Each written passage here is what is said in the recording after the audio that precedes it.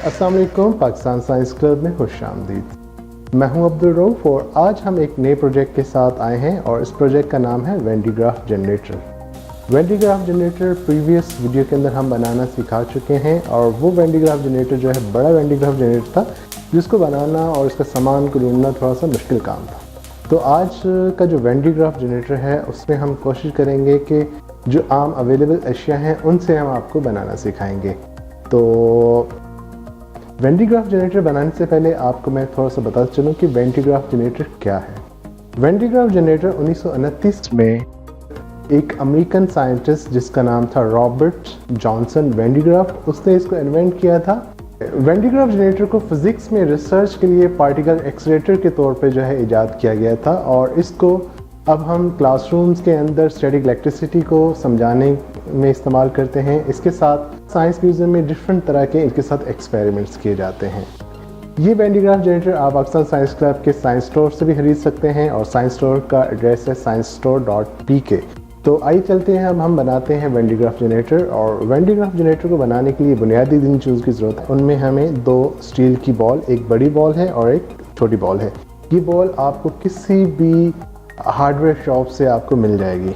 इसके साथ एक गियर मोटर जो इजीली हमारे साइंस स्टोर पे भी अवेलेबल है और इसके साथ गियर मोटर का टायर, एक इलेक्ट्रिक टेप और पीवीसी पाइप। इन पीवीसी पाइप में हमें चाहिए होंगे 2 8 इंच के पीवीसी पाइप और जिसकी जो डाया है 1/2 इंच है, एक 1 इंच का पीवीसी पाइप जिसकी जो लेंथ है वो 4 इंच है।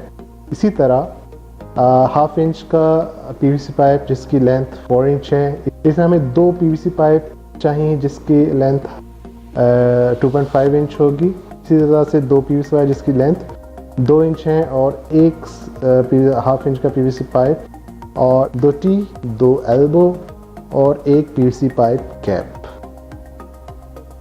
तो आइए चलिए इसको हम बनाते हैं। और सबसे पहले हम 1 इंच डाई का और 4 इंच जो लंबा पीवीसी पाइप है वो हम लेंगे और उसके अंदर हमने ड्रिल मशीन की मदद से इसके अंदर एक होल कर लिया है 1/2 इंच का, जो सेम इस साइज़ की जो पाइप है इसके हिसाब से। तो हम इसके अंदर इसको हमने इस तरह इसके अंदर डालना है।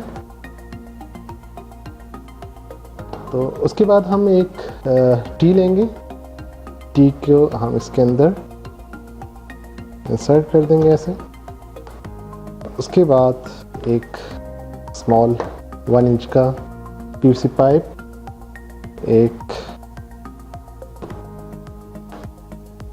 उसके बाद एक हमने एल्बो लगा दी है। एल्बो के बाद हम एक 4 इंच का पीवीसी पाइप लगा देंगे। 4 इंच पीवीसी के पाइप के बाद हम एक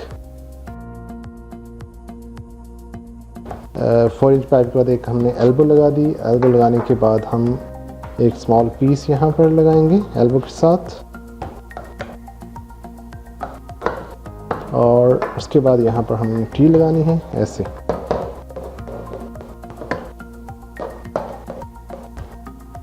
और इसके साथ हम इस तरह एक प्रॉपर इसका स्टैंड बन जाएगा। ये हमारा इसका बेसिक स्ट्रक्चर बन चुका है। अब हम इसके साथ गियर मोटर लेंगे। इस गियर मोटर को हमने इस तरह यहाँ पर फिक्स करना है और इसके साथ वायर्स लगा के हम इसके साथ बाहर निकाल लेंगे। और इस तरह हमें जो टायर लेना होगा, इस टायर का हम इसके टायर के अंदर से इसका जो रिम है वो निकाल लेंगे और ये रिम हमारे काम का है। और इस रिम के ऊपर हम कोई भी एल्युमिनियम टेप या कोई मेटल की जो टेप है, कॉपर टेप या एल्युमिनियम टेप, अब इसके ऊपर हम लपेट लेंगे। जैसे कि हमने एक पहले से जो है इसे लपेट कर रखी हुई है और इसको हमने इसके साथ फिट कर देना है इस तरह से।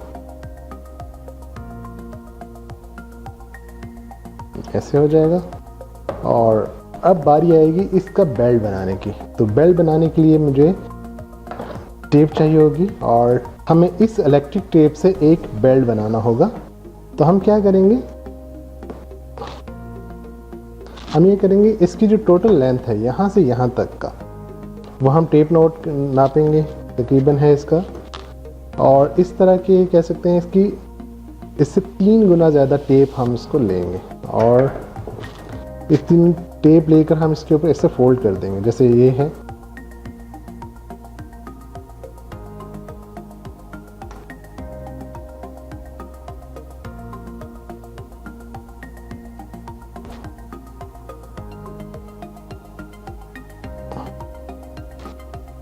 इस तरह टेप को हम इस तरह ज्वाइन कर देंगे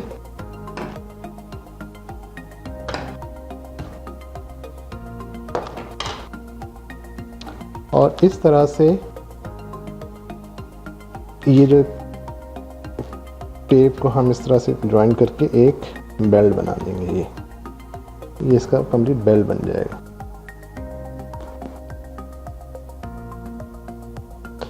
और ये एक छोटा बेल्ट बनाया है, पहले से मैं बड़े साइज का बेल्ट जो है बना चुका हूँ। तो जितनी इसके डिस्टेंस होगा उस हिसाब से आपने बेल्ट बनाना है। ये बेल्ट भी मैं यूज़ कर सकता हूँ और ये इसको यूज़ करने के लिए मुझे यहाँ तक इसको जो है पीसी पाइप को यहाँ लाना पड़ेगा। और लेकिन कोशिश करें जितना लंबा टेप होगा उतने ज़्यादा स्टैटिक इलेक्ट्रिसिटी पैदा होगी। तो मैं जो यूज़ करूँगा, मैं लंबा वाला जो टेप है, बड़ा वाला टेप है, वो यूज़ करूँगा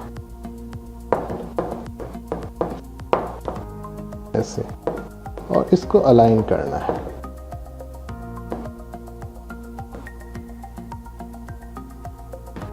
उसके बाद हमने जो इलेक्ट्रिसिटी जो स्टोर होगी यहाँ से टेप से जो स्टैटिक इलेक्ट्रिसिटी पैदा होगी जिसमें स्टोर करेंगे, तो उसके लिए हमें ये ग्लोब लगाना होगा। तो उसके लिए मुझे क्या करना होगा, जो पीवीसी पाइप कैप लिया है उस पीवीसी पाइप कैप के अंदर एक होल कर चुका हूँ जो कि इस नट बोल्ट के जो बोल्ट के साइज़ का है।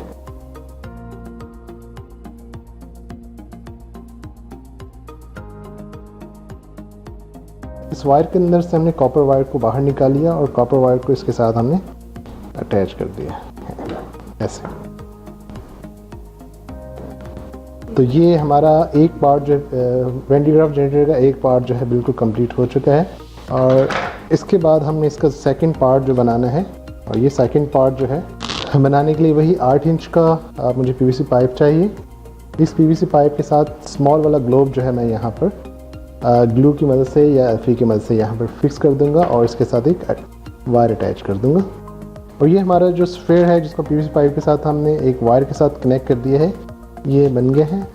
तो इस तरह जो वायर है वो वायर का हम ये करेंगे कि इसको हमने व्हील के साथ, व्हील के ऊपर जो इलेक्ट्रिक जो हमने एल्युमिनियम टेप लगाया था उसके साथ ये टच रहे। तो हमने इसको यहाँ पर ग्लू गन की मदद से यहाँ पर लगा देंगे ताकि यहाँ से जो नेगेटिव चार्ज है वो इस स्फेयर में कलेक्ट होगा और जो पॉजिटिव चार्ज है वो ऊपर वाले स्फेयर में कलेक्ट होगा। तो ये हमारा जो प्रोजेक्ट है रेडी है। अब इसको हमने टेस्ट करते हैं।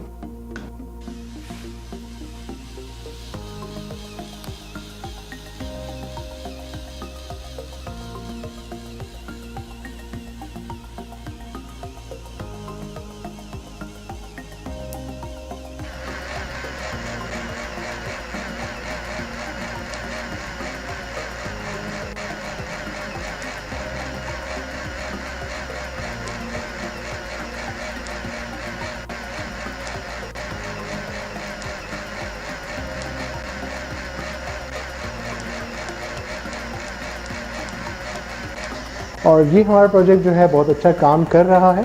और याद रखिएगा जितना बड़ा इसका स्फेयर होगा, यानी इसका जिसके ऊपर पॉजिटिव चार्ज जमा होंगे, जितना बड़ा होगा उतने ज़्यादा चार्ज जो है वो जमा होंगे और उतने ज़्यादा स्पार्क हमें नज़र आएगा। जैसे कि हमारे प्रीवियस प्रोजेक्ट का जो हमारी हांडी है जो मेटल की है, इसको हम इस पर रखते हैं और देखते हैं कि क्या असर होता है। तो अब आप वाज़ेह तौर पर फ़र्क फील कर सकेंगे कि ये बहुत अच्छा काम कर रहा है और बहुत अच्छा कर रहा है डेफिनेटली। और देख सकते हैं और देखिए इसका स्पार्क इससे 2 टाइम्स ज़्यादा हो चुका है। और अगर मैं भी इसको लगाऊँ करंट तो मुझे भी करंट फील होगा। वाओ,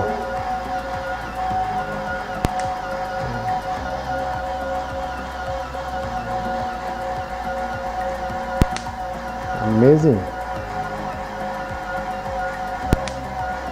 अभी हम बात करेंगे इसके ट्रबल शूटिंग के हवाले से कि क्या क्या वजह हो सकती है कि ये काम नहीं करेगा।